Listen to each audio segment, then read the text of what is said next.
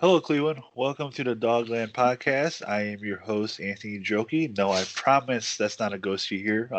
It's actually me on the episode today. Today we're going to be talking about the NFL head coaching carousel.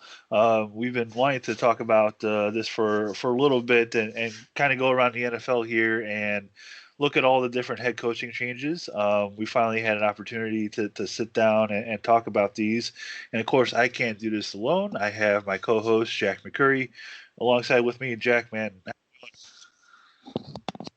I'm good, man. It's nice to hear from you. I know you've been away for a little bit. It's good to have you back on the pod. I've been holding it down the last couple of weeks. Me and Jack Duffin, and even Alex Hale for a guest spot. But good to get you back in the fold, brother.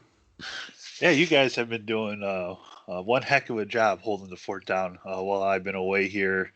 And I'm truly grateful for all the hard work you guys have been putting in. I mean, it's been pretty cool to see the responses and the engagement of everything with the roster deep dive that Jack Duffin has been doing. If y'all haven't checked that out, just head over to thedogland.com or to our Twitter feed. It's all posted there. Jack has done a great job going through the entire Browns roster. You guys have done a great job going through all these or doing all these podcasts about each position, roughly about a half hour on each position. They don't call it a deep dive for nothing, and you guys have been doing a tremendous job doing all that. Alex with his mock draft. You guys talked about that the other day on the podcast, so I'm really grateful for all the work that you guys have done and holding down the fort. But it is nice to be back, and we wanted to talk about this head coaching carousel that spins every year. Every year there's, you know, 5 to 8 to 10 openings, and this year there were seven. So we're going to go through each one of these, talk about each one, kind of go through kind of the big question surrounding each franchise with these head coaching changes. And I guess, Jack, it's only fitting to start with maybe the biggest name that was hired, and that was Urban Meyer by the Jacksonville Jaguars. Obviously, if you live in the state of Ohio, you're no stranger to Urban Meyer, and obviously them down there in Florida, in Jacksonville, I'm sure are very familiar with Urban Meyer, and he finally made the jump to the NFL after being out of coaching for a couple seasons. The focus on health reasons and among other things. He finally decided to take the leap and join the NFL, and he is the new head coach at the Jacksonville Jaguars. And Jack, when you look at Jacksonville just a few years ago in 2017 season, they made it to the AFC Championship game, and the free fall that franchise endured since then has been absolutely tremendous. But they go into the offseason having the number one pick in the draft, and we all assume it's going to be Trevor Lawrence. And they have a whole bunch of cap room available to them. How much of this is going to spell success early on for Urban Meyer and the Jacksonville Jaguars? Well, obviously, when you look at guys that were college coaches and they came to the NFL, the one thing, Urban Meyer, people will say, the greatest guy to jump from college to the pros was Jimmy Johnson. He was a great program builder, what he did in Miami. And you look at what Urban's done at Bowling Green, at Utah, at the University of Florida, and of course at Ohio State. He built their programs, whether, they were at the bottom and worked their way up, or, a situation with Ohio State where they had a down year after Tressel left. Urban came in, picked up the pieces, and took them to even bigger heights than what Tressel had done. You just got to wonder, is that going to be able to translate over to the NFL side? We know Urban's a great coach. He's a great leader. There's questionable things about, what he is in terms of character. Of course, the situation that just happened last week with the strength and conditioning coach, being hired and then quickly resigning a day after because of the backlash of the hire. We know Urban's had some questionable character decision-making at Florida, at Ohio State.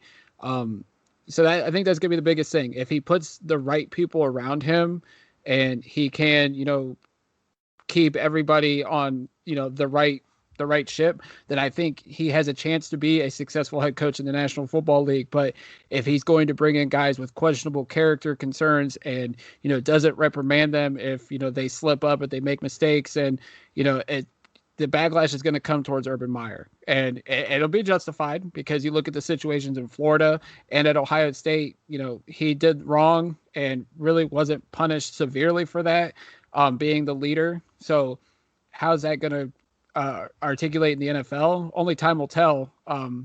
It was good that he, backtracked on the mistake he made with the strength and conditioning coach, but we'll see how that transpires and, the months and years to come down in Jacksonville. You look at that roster that they have down there, and you look at the cap space, and you look at what the Urban Meyer's history, and you talked about building a program, and one of the things that he stresses most about is leadership, and that roster could desperately use some, I think, and when you have an abundance of picks, you're going to be bringing in a bunch of young players. But because they have cap space, I would tend to think that you talked about them putting the right people in the organization. When you have cap space, you could bring in some veterans that will be able to help out this young roster. Where do you see the balance of bringing in these young guys, bringing in some leaders to really help build the program Meyer wants? I'm sure they're going to balance it out. He's got Trent Baalke there who, was in San Francisco during the Harbaugh years. I don't know how much of a hand he had in bringing some of the talent to San Francisco that Baalke and Harbaugh did during their run there. It was a successful run. They went to the Super Bowl. They went to a few NFC title games. I'm sure they'll bring in the right blend of, veterans and rookies. But you want guys that are going to be culture changers too, guys that are going to come in and, be leaders, be winners, and turn that team around. I mean, Jacksonville, like you said, a couple years ago was in the AFC title game, and then everything unraveled around them. They lost an abundance of their young talent, Jalen Ramsey, Leonard Fournette. They weren't always the greatest at drafting, but, they hit on some, and they hit on some recent ones too, with Miles Jack, with James Robinson. They have some talent there at wide receiver as well. But they get Trevor Lawrence, and I think all signs are pointing to he's going to be the guy. I mean, there was a reason why he bumped up his pro days, because Urban Meyer kind of got into his ear and said, I want to see you before you go get this surgery. And I think all signs are Trevor Lawrence is going to be the guy. That right there is the culture changer. If he comes in and he is as good as he was at Clemson, then Jacksonville is going to be well on their way back into contention in the AFC. But you got to put the right pieces around him. The offensive line, I think they got strong skill players, and then they got to rebuild that defense, which was, it was called Saxonville a couple years ago, and they can get it back to what it was then Jacksonville's not too far away from being back in contention. Let's move on here to somebody that's very close to Jacksonville, and that would be the Houston Texans. This is a very interesting situation that the Houston Texans franchise is in. They just released J.J. Watt, and now they've been dealing with quarterback Deshaun Watson and his trade requests. And in the meantime, they had to hire a new head coach. They hired David Coley, who was an assistant head coach for the Baltimore Ravens, along with the wide receiver coach. And Jack, there's really just one question: what are the Houston Texans going to do with Deshaun Watson? Because everything in the league revolves around the quarterback position, and you have a very good young quarterback that wants out, who they just signed to a contract extension. So, what is going to happen here? That is a complete mess in Houston. It's nice that Cleveland is no longer the dumpster fire of the NFL, because the Houston Texans have done a pretty great job of stealing that title from the Browns. What they've done over the last couple seasons, with Bill O'Brien, and now with what Jack Easterby and Cal McNair have done to that organization, it is a complete mess. And they're saying that, and their GM, Nick Caserio, they're like, we're not trading Deshaun Watson. And it's going to be fascinating to see what they're going to do, especially as we inch closer to the draft, because they know that they can get a king's ransom of draft picks. If you listen to the podcast with Alex Hale, and Alex has them getting 5 number ones in his mock draft, I mean, I don't think that's far-fetched to say that they could get that many draft picks back for Deshaun Watson because, when he's on the field, he is one of the top 10 quarterbacks in the league. And, you look at the Dolphins and the Jets, I think those are the two teams that are primed to unload assets to go get him because they're not far away from contention, especially the Dolphins because they're fairly close already with Fitzpatrick and Tagovailoa at quarterback. If they get Deshaun Watson, they'll be a threat in the AFC for sure. But, with the Texans, it's like, are you really going to drag this out into offseason workouts, into training camp? I mean, yeah, they can, find Watson and, just start, finding him money until he finally cracks and shows up. But I don't think Watson's going to do this. I think he's going to, sink this in as long as it'll take. It's clearly he's not happy with the direction. JJ Watt wasn't happy with the direction. That's why he asked out. Houston's in a world of trouble. I think they just need to move him and then start to rebuild and try to salvage this with Coach Culley. And this to me, Anthony, I don't know if you disagree. This reminded me of when the Browns hired Mike Pettin 6-7 years ago. This name came out of nowhere, and unless you were in Baltimore, I mean, he's well respected around the league. Pettin really wasn't. He was just a defensive coordinator, but Culley, this name came out of nowhere, and unless you're a guru on assistant coaches, I don't think anybody really knew who David Culley truly was unless they're inside the league. Yeah, this is a very interesting and messy situation. And I think both sides are going to play hardball on this for a very, very long time and maybe even past the draft, which, obviously would not benefit Houston.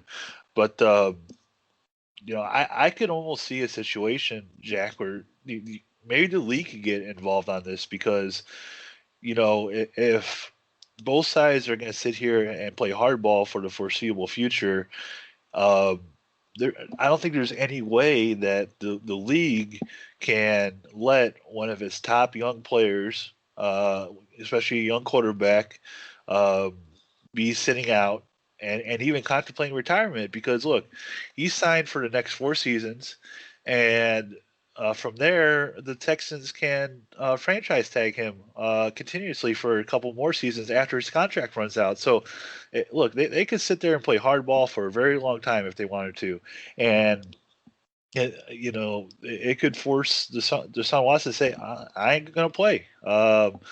So I could almost see a situation, Jack, where maybe the league gets involved on this, and I don't know what the heck that would entail. Yeah, I don't know if the league would get involved, but I mean, like you said, Houston's hurting themselves with each passing day because I feel like the closer they get to the draft and even free agency for that instance, the spots are going to get filled up. We've talked about how many quarterbacks could be on the move this offseason. The Jets or the Dolphins or whoever's interested in Deshaun Watson could turn around and say, we're going to go in a different direction unless you take the offer. Take it or leave it, or we're going to go somewhere else where we won't have to give up as much draft capital or go out and sign a quarterback in free agency. And, Houston's going to be sitting there with no quarterback. I mean, they could draft one, but they don't have a 1st-round pick, so they're going to have to get creative in that scenario. So it's they're in a tough spot. And, David Culley said, I didn't take this job, or I took this job because of Deshaun Watson. I wonder what he's thinking because he's sitting there looking at the organization saying, we're not going to trade Deshaun Watson. And then he's probably going to be wondering, well, who am I going to have at quarterback if Watson's not here? Because, the cupboard is bare there in Houston. They have overpriced veterans. They just lost probably their greatest player in franchise history because he wanted to get out. And it's Culley's kind of set up in a position where he could be a one and done, or in another year he'd be out as head coach, and a wasted opportunity where he just left a great organization in Baltimore. Yeah, he's really in a no-win situation right now. And look, the Texans have to decide what they're going to do as a franchise, and uh, they could go from having no picks in the first round this year to having two. If they wanted, it's just whether or not they're going to um, swallow their pride and decide to go ahead and move Deshaun Watson because they could get a lot for them for him. Let's move on here. Kind of continuing with the quarterback trend, and I guess when you make a head coaching change, the quarterback question is always there. But let's go up to Philadelphia, where the Philadelphia Eagles hired Nick Sirianni, the Colts offensive coordinator. And when you look at the Philadelphia Eagles, just a few years removed from winning the Super Bowl, they fired their head coach Doug Peterson, and they have a quarterback situation with Carson Wentz and Jalen Hurts, and they drafted Hurts last season.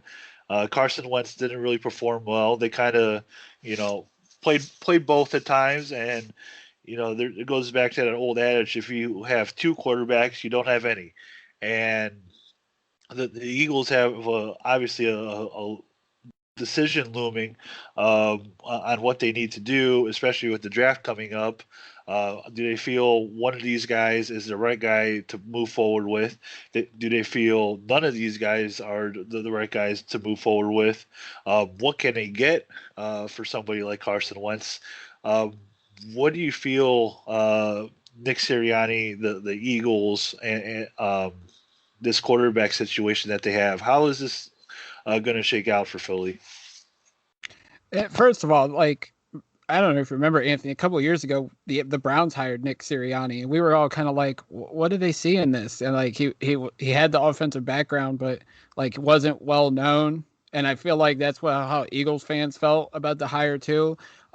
It's funny to me that they keep going back to the Frank Reich uh, situation because he was there in Philly and helped Carson Wentz, molded him into an MVP candidate. Then he went and took the Colts job, and now they went back into that tree and pulled Sirianni, who had been the offensive coordinator under Frank Reich. With this situation, much like with Houston, it's kind of like, well, what is Philly going to do? I mean, they have the sixth pick in the draft. They could very well take a quarterback, Trey Lance, Justin Fields, maybe even a Mac Jones if they like him enough. But, do they roll with Jalen Hurts once they trade Carson Wentz? That move seems inevitable at this point. It's been almost 2 weeks since Adam Schefter said that the trade was coming. There was rumors that he could go to Chicago for Nick Foles, but didn't seem to be much traction there. It seems like they're asking a lot for Carson Wentz, who has struggled mightily his last couple of years. I don't think they're going to get the 2-1s that Detroit got for or gave up got for Matt Stafford. I don't think that's in the cards right now. But how do they go about the QB situation? It seems like Carson Wentz is gone. They have Jalen Hurts, who did show some flashes. I think he deserves another shot going into 2021. Or do they go after one of these draft picks? They're in a bad cap situation right now. They'll be even a worse one once they trade Carson Wentz. So they're smart to go with a young quarterback. Obviously, whether they draft one or go with Hurts, it's going to be cheap for them as they look to, shed some of the bad contracts that they had on the salary cap. But it's a tough spot for Sirianni. Wasn't the sexy hire. A lot of people thought it was going to be Josh McDaniels. But once they get the QB situation fixed, the Eagles, they were able to build it up into a Super Bowl contender again. Howie Roseman seems to be a smart GM. I wouldn't doubt that this is a bad hire, but only time will tell given what happens with the QB spot. Yeah, as these things go, the quarterback position really determines the success of what's going to happen here. And when you have a big question mark with Carson Wentz, with Jalen Hurts, maybe drafting somebody, maybe trading for somebody, uh, it could go south very quickly. So we'll see how the situation in Philly develops moving forward. Detroit, talk about quarterback situations. They just traded their quarterback, Matthew Stafford, received one in Jared Goff. on top of hiring a new head coach in Dan Campbell.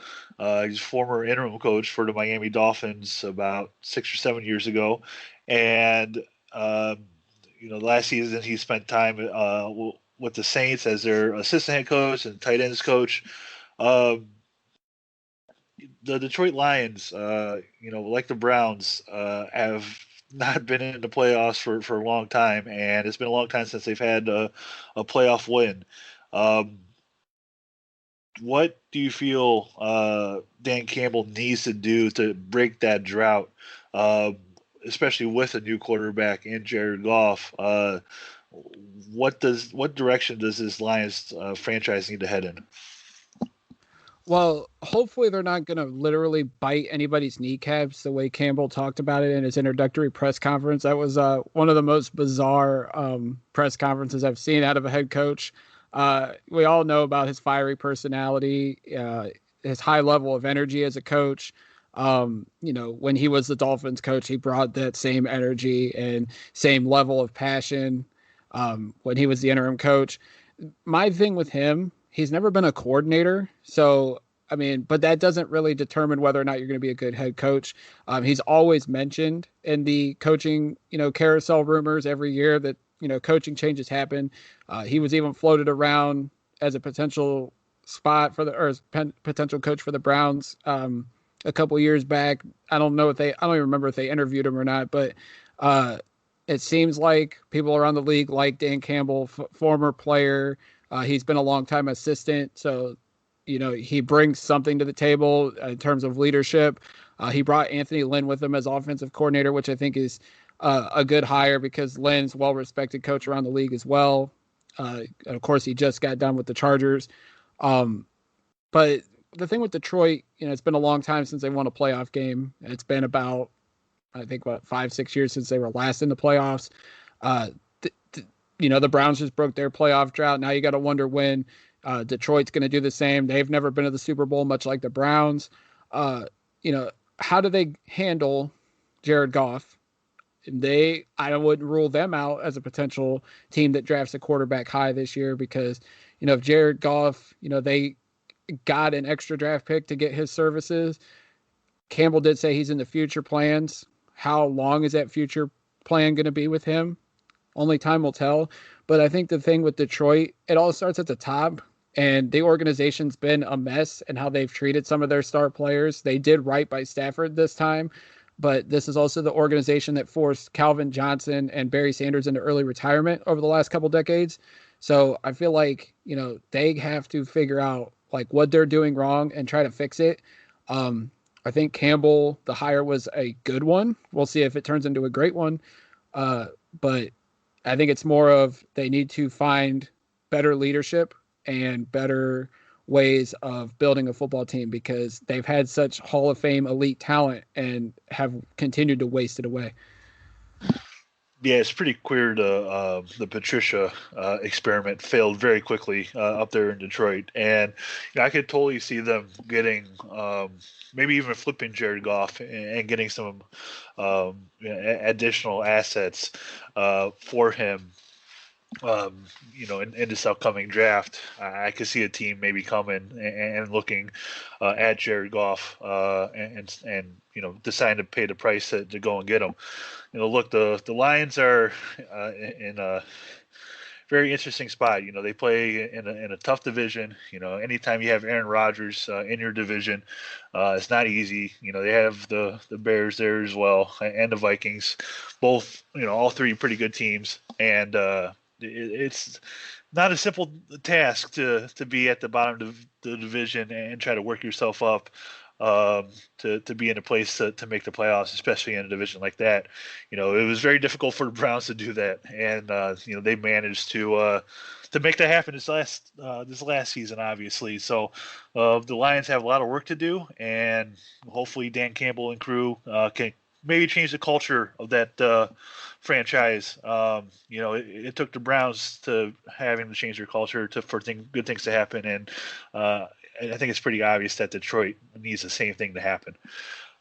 Let's head out to Los Angeles, where the Los Angeles Chargers hired Rams defensive coordinator Brandon Staley to be their new head coach. The Chargers have a very good defense. Obviously you have Bosa out there, who's just phenomenal. So I'm sure he really loved the move. But on the other side of the ball, on offense, their rookie quarterback Justin Herbert put together a really good rookie season. And Jack, when you look at Brandon Staley and being a defense coordinator, they did hire Joe Lombardi, who was the Saints quarterback coach, to be their offensive coordinator.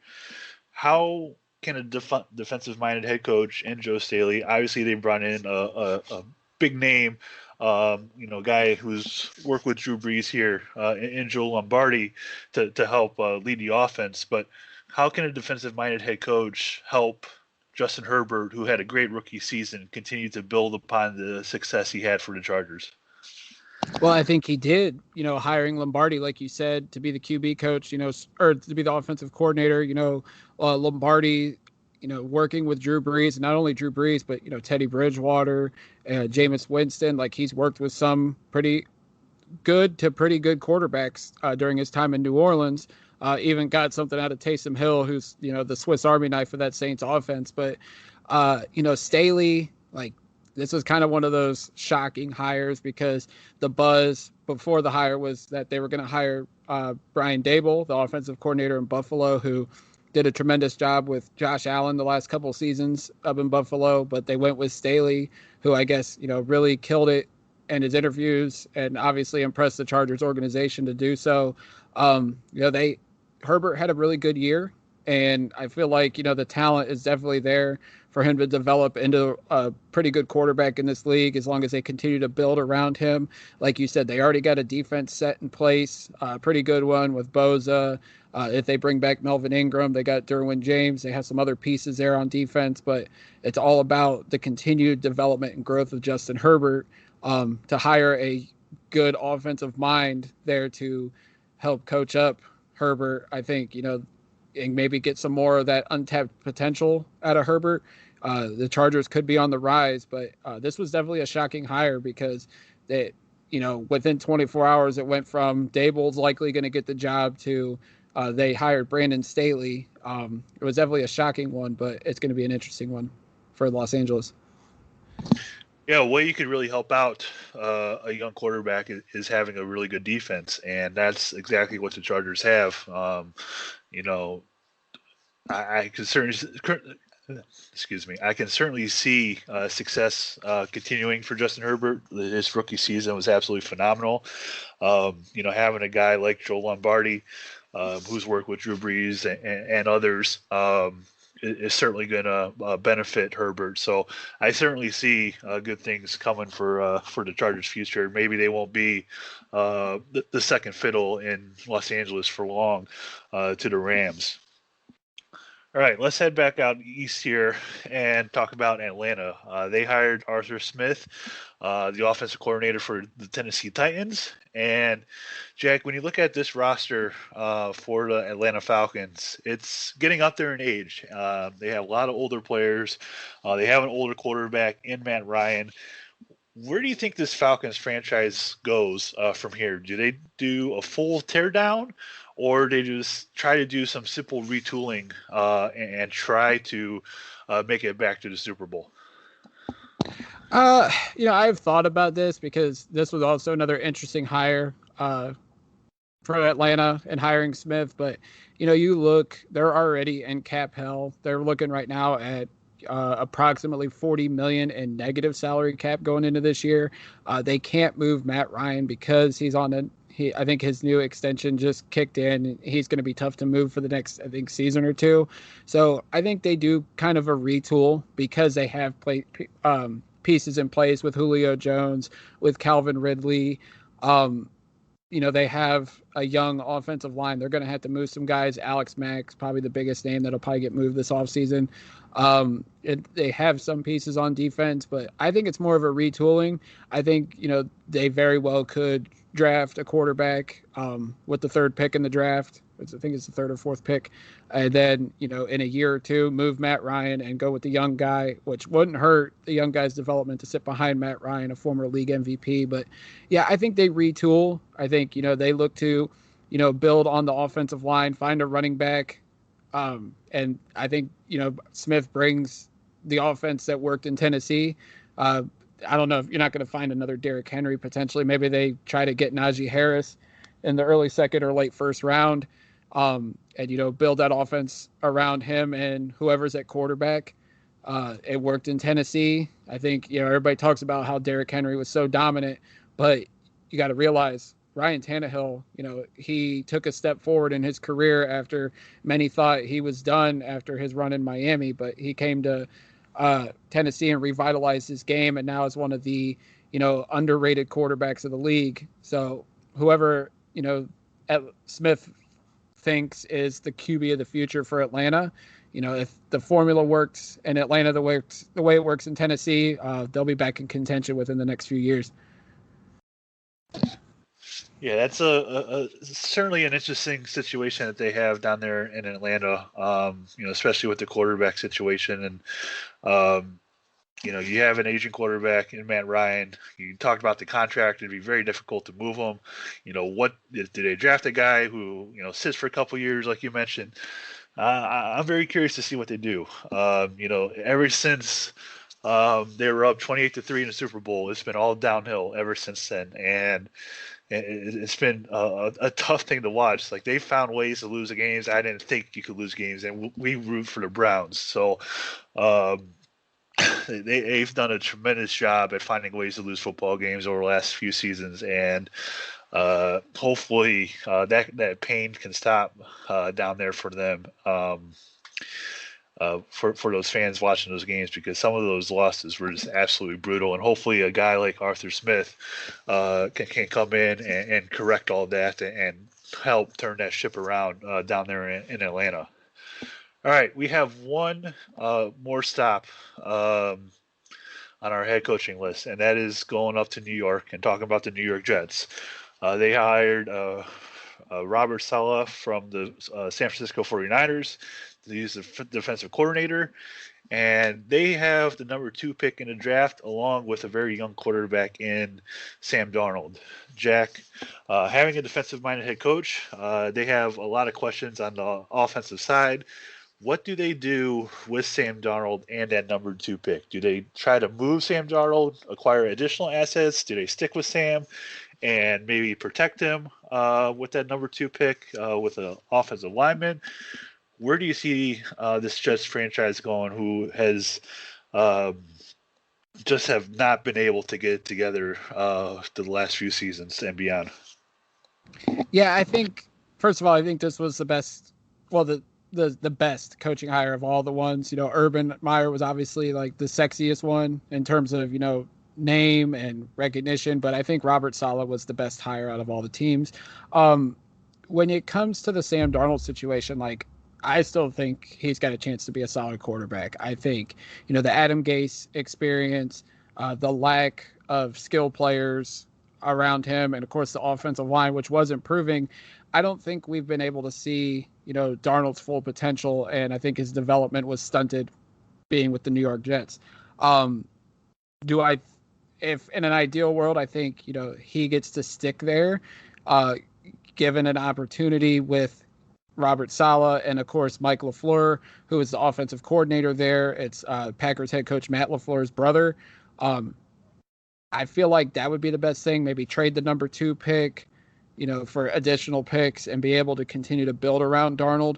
But I feel like because of the Deshaun Watson rumors, because of, Justin Fields, Trey Lance, Zach Wilson all being up there at the top of the draft, I feel like they're going to move Darnold. It'll be interesting to see where. But there's a number of teams that need quarterbacks and are looking for quarterbacks. Plus, there's been trade rumors already with Darnold. I feel like they're going to move on from him, draft a quarterback, or trade for Deshaun Watson, and then continue to build around whoever the new quarterback's going to be. But I'm not giving up on Sam Darnold yet. I feel like you take him, put him in a new situation, give him a fresh start, and I think we will see the quarterback that a lot of the draft experts called the best prospect coming out in 2018 since Andrew Luck in 2012. It's crazy with that draft class, right? Because not only do you have him, who could be on his multiple, on a, his at least second franchise, but you had Josh Rosen in that class as well. It's been a very, very rough going for guys in that draft class, for at least those two. The other quarterbacks obviously have worked out pretty well. But right, and Rosen's on his fourth team because he just signed a contract extension with the 49ers. Like, everybody talked about how good he was supposed to be, and they called him the best pure passer in the league, but he's already been to Arizona, Miami, Tampa, and now he's in San Francisco. So, it's not like people, scouting quarterbacks.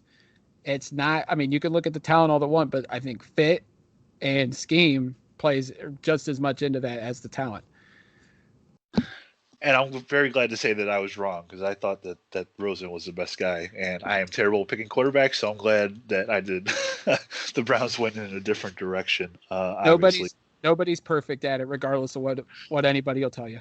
Oh, I'm like 0 for 100 on quarterbacks. I just need to stop picking them. So I don't know what I don't see when it comes to these guys, but obviously NFL teams have a hard time picking them as well. But yeah, with the Jets, they obviously have a very interesting decision that they have to make with Sam Darnold, and if they're going to keep him. I personally, I would keep him. I would protect him. I would take Sewell with that number 2 pick, and really fortify that offensive line. They obviously drafted Mekhi Becton. If you could have 2 really solid tackles on that line, I think you could do some special things if you're able to protect Sam Darnold, and just build from there. That's what I would do, but I'm not an NFL GM. But I think Sam Darnold still has the capability and to be a very good NFL quarterback. I think he just needs the right situation and the right pieces around him to be able to do that. And hopefully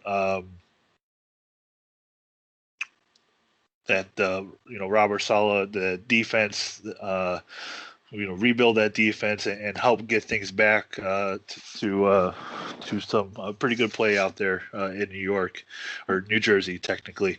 For those Jets fans, my mom's a Jets fan, so I'm kind of hoping that they do a little bit better than they have been. So I'm very curious to see what goes on with the Jets in the future.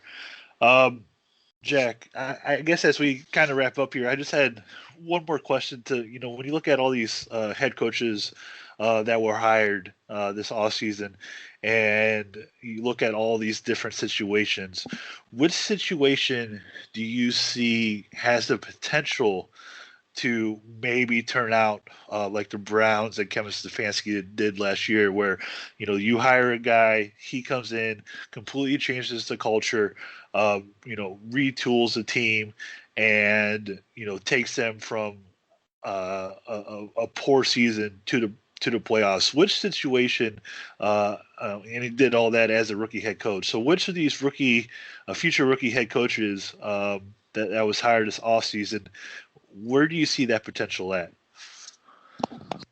Because I've been reading up on, all these different candidates, and I'm going back to Brandon Staley, and it's, reading about it, Justin Fowler, or is it Justin Fowler from ESPN? I could totally be wrong on that one. Hold on, let me check the name. Jeremy Fowler. He said that Staley is kind of like Kevin Stefanski when he says he's well organized, he's thoughtful, he's a team guy, he's a leader. This is a guy that a few years ago was assistant coach for D3 college football, actually with the University of Akron's head coach. And he was even rumored to join Staley out in Los Angeles. But I'm thinking about this guy. They're saying sometimes teams jump ahead on these young assistant coaches. You think back to Sean McVay. No one had ever heard of Sean McVay a few years ago. And, only a couple years into his job, he took the Rams to the Super Bowl. And, it's going to be interesting to see what he does with Stafford if they can get the Rams back to the Super Bowl.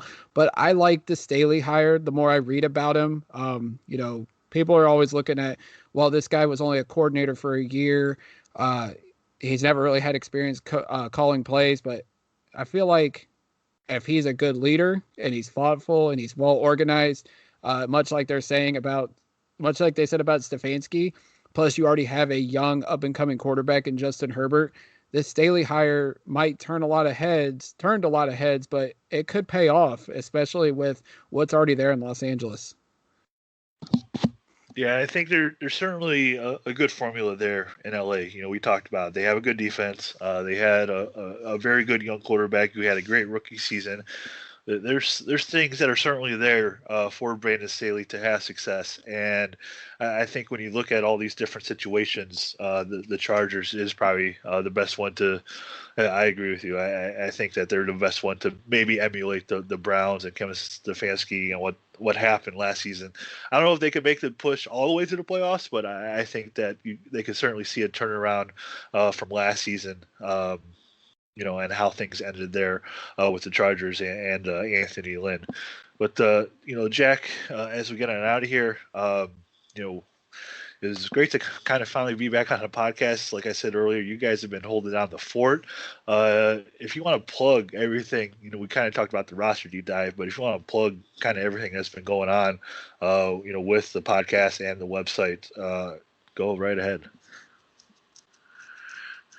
Absolutely. I mean, if anybody hasn't been listening to recent episodes, and of course this ties in with thedogland.com, myself and Jack Duffin have been breaking down each position group on the Browns roster, what looks like heading into 2021, and we even talk about some potential free agent options at each position.